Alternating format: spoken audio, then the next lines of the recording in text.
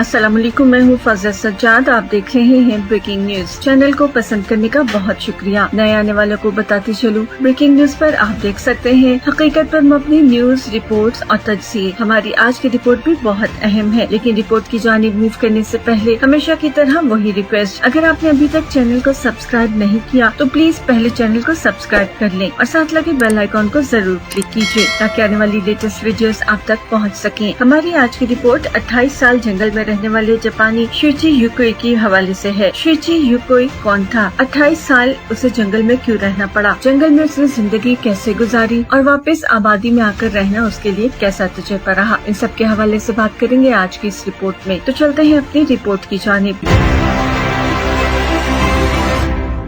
हमारी आज की रिपोर्ट शुइची युकोई के हवाले से है। जापानी शहरी शुइची युकोई, जिसकी उम्र जब तक 26 साल थी, वो एक नॉर्मल इंसान की तरह अपने मुल्क जापान में जिंदगी गुजार रहा था। पेशे के लिहाज से वो एक दर्जी हुआ करता था, लेकिन जब दूसरी जंग अजीम शुरू हुई तो दूसरी जंग अजीम के दौरान जापान को उसकी जरूरत पड़ गई। उसने अपने आप को अपने वतन के लिए पेश कर दिया और यूँ 26 साल शुइची युकोई, जो कि एक दर्जी था, अपने वतन की हिफाजत के लिए वतन का सिपाही बन गया। 1941 में वो जापानी फौज में भर्ती हुआ। उस वक्त दूसरी जंग अजीम अपने उरूज पर थी और जापान की अफवाज दुनिया के कई महाजों पर जंग में मसरूफ थी। जंगी तरबियत के दौरान शुइची युकोई को जो सबक सबसे ज्यादा पढ़ाया गया था, उसमें ये बताया गया कि दुश्मन के सामने हथियार नहीं डालने। दुश्मन के सामने हथियार डालना और जंगी कैदी बनना एक फौजी के लिए सबसे ज्यादा शर्मिंदगी का मकाम होता है। लिहाजा कभी भी दुश्मन के खौफ से हथियार नहीं डालने और कोशिश हमेशा यही करनी है कि जंगी कैदी बनने से बचा जाए। शुइची के दिमाग में भी ये बात बैठ गई कि कभी हथियार नहीं डालने और जंगी कैदी बनने से बचना है, चाहे इसके लिए जान ही क्यों न देनी पड़े। ये बात तरबियत के दौरान ही इसके जहन में अच्छी तरह बैठ चुकी थी। तरबियत मुकम्मल होते ही शुइची युकोई को जापान के ज़ेरे कब्जा इलाके गुआम की हिफाजत के लिए भेजा गया। उस वक्त गुआम जापान के कब्जे में था, लेकिन आपको बताते चले कि अब गुआम अमेरिका के ज़ेरे कब्जा है। शुइची 3 साल तक जापानी अफवाज की कमान में गुआम की हिफाजत में मशगूल रहा। ताहम 1944 में अमेरिकी अफवाज ने गुआम पर हमला किया और बासानी 1.5 लाख आबादी वाले इस जजीरे पर कब्जा कर लिया। इस हमले में बड़ी तादाद में जापानी फौजी हलाक हो गए, जबकि बहुत से फौजियों ने जंगलात में पनाह ले ली। इन पनाह गुज़ीनों में एक शुइची युकोई भी था। अब सवाल ये था कि किस तरह जापानी हुकूमत या फौजी क़यादत से राब्ता किया जाए। जापान के बाकी लोगों की तरह शुइची की भी जापानी जबान के अलावा दूसरी जबान से वाक़फियत नहीं थी। लिहाजा उसने यही फैसला किया कि जब तक कोई बेहतर सूरत नहीं निकलती, गुआम के नवाही इलाके के जंगलात में जिंदगी गुजार देगा। शुइची युकोई ने जंगल में मौजूद आबशार के साथ एक गार तामीर किया। उसे छुपाने के लिए दरख्तों के तने इस्तेमाल किए, जिसके बाद उसने अगले 28 साल इसी गार और इसी जंगल में गुजार दिए। खुराक के लिए उसने छोटे मोटे जानवर इस्तेमाल किए, जिनमें मेंढक, चूहे, खरगोश और मछली शामिल थे, जबकि फल और खुश्क मेवाजात जो भी जंगल में उसे मिलते वो उन्हें भी खा लेता। शुइची युकोई को बिल्कुल अंदाजा नहीं हुआ कि उसे यहाँ कितना अरसा हो गया है और इतने सालों में जापान और दुनिया में क्या कुछ बदल गया है। शुइची को बिल्कुल मालूम नहीं था कि 1945 में जापान पर एटमी हमला हो चुका था, या जापान जंग में शिकस्त खाकर एक नए रास्ते पर चल पड़ा था, या फिर ये कि गुआम अब अमेरिका की रियासत में शामिल हो चुका था। वो तो बस अपनी फौज के सिखाए हुए सबक को दोहराता जिंदगी गुजार रहा था। वो सबक कि जिसमें बताया गया हथियार नहीं डालने हैं और दुश्मन का कैदी नहीं बनना, और वो 28 साल तक जंगलों में रहते हुए उसी पर अमल करता रहा। इस तरह उसने 28 साल इन्हीं जंगलात में गुजार दिए। एक दिन 2 अमरीकी शहरी इस जंगल में शिकार खेलने आए। उनकी नजर शुइची युकोई पर पड़ी, जो आज भी मछली के शिकार में मसरूफ था। उसने अमरीकी शहरियों पर अमरीकी फौजी समझते हुए हमला कर दिया, लेकिन शुइची अब बहुत कमजोर हो चुका था। अपनी कमजोर सेहत की वजह से वो सयाहों के सामने बेबस हो गया। सयाहों ने इंतजामिया को आगाह किया। यूँ मालूम हुआ कि ये जापानी फौजी पिछले 28 साल से जंग में रुपोश है। अमेरिकी हुकूमत ने जापानी हुकूमत को आगाह किया, उनका एक पुराना फौजी इन जंगलात में मौजूद है, जिसे अब ढूंढ लिया गया है। जापानी हुकूमत ये सुनते ही हरकत में आ गई और जापानी लोगों में खुशी की एक नई लहर दौड़ गई। जापानी हुकूमत ने खुसूसी टीम गुआम भिजवाई। उस वक्त तक मामला मीडिया में आ चुका था। शुइची युकोई अब जापानी आवाम में हीरो बन गया था। एक खुसूसी तैयारी में उसको जापान लाया गया, जहाँ 5000 अफराद ने एयरपोर्ट पर शुइची युकोई का इस्तकबाल किया। जापान वापसी पर उसने गुआम के जंगलात में गुजारे गए अपने हालात जिंदगी से जापानी मीडिया को आगाह करते हुए बताया कि उसके साथ 2 और जापानी फौजी भी थे, जो 7 साल जंगल की जिंदगी बर्दाश्त न कर सके और इंतकाल कर गए, लेकिन वो अकेला 28 साल गुजारने में कामयाब हो गया। शुइची युकोई जापान वापस आने के बाद शाही महल गया, लेकिन उसकी बादशाह से मुलाकात न हो सकी। बादशाह से मुलाकात न होने पर वो डिसहार्ट नहीं हुआ, बल्कि महल के अहाते में उसने मीडिया के सामने बादशाह को मुखातिब करते हुए कहा, बादशाह सलामत, मैं आपकी वो खिदमत तो न कर कर सका जिसके आप मुस्तहिक हैं, लेकिन मेरी जिंदगी आपकी अमानत है। शुइची युकोई ने जापान वापस आकर शादी भी की और जापान के शहर नागोया में रिहाइश इख्तियार की। वो जापानी मीडिया में मुसलसल बतौर मुबस्सिर और हीरो शिरकत करता रहा। हम अपनी फौज के सिखाए सबक पे अमल करने वाला ये फौजी 22 सितंबर 1997 को 82 साल की उम्र में वफात पा गया। शुइची युकोई आज भी जापानी अवाम की नजर में हीरो के तौर पर मौजूद है।